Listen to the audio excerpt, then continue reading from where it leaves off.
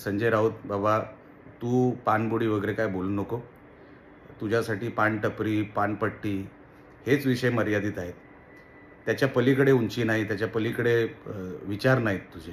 काही पत्रकारांचा फोन आला होता आणि पानबुडी प्रकल्प जो वेंगुर्ल्यामध्ये 2017ला मंजूर झाला होता, काही लोकांना शंका वाटते की तो गुजरातला गेला की काय.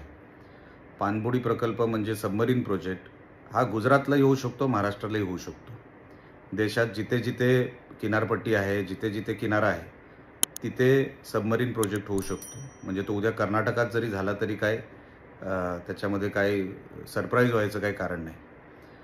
आपला रद्द झाला आणि गुजरातला गेला ही गोष्ट खोटी आहे. गुजरातने गुजरातचा केला असेल, महाराष्ट्रामध्ये अजून कुठलाही रद्द झालेला नाही. महाराष्ट्रामध्ये आहे तसाच प्रकल्प आहे. आपल्यामध्येही होणार, आपल्या राज्यातही होणार, गुजरातला गुजरातचा वेगळा होईल.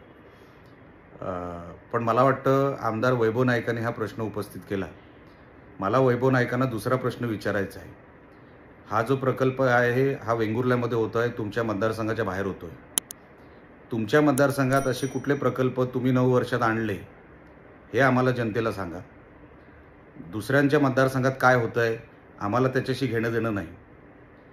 तो प्रकल्प गेला नाही कुठे हे आम्हाला माहिती आहे. तो आपल्याकडे होणार वेंगुर्ल्याला जसा आहे प्रस्तावित.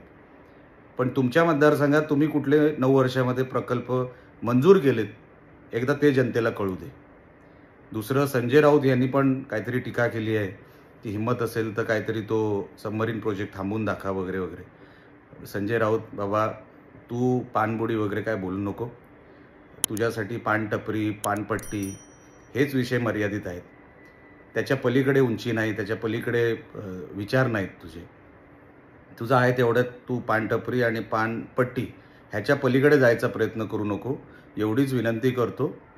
हा प्रकल्प कुठेही गेलेला नाही. महाराष्ट्राचा महाराष्ट्रामध्ये आहे, गुजरातचा गुजरातमध्ये होतोय एवढंच ह्या निमित्ताने आपल्याला सांगू इच्छितो.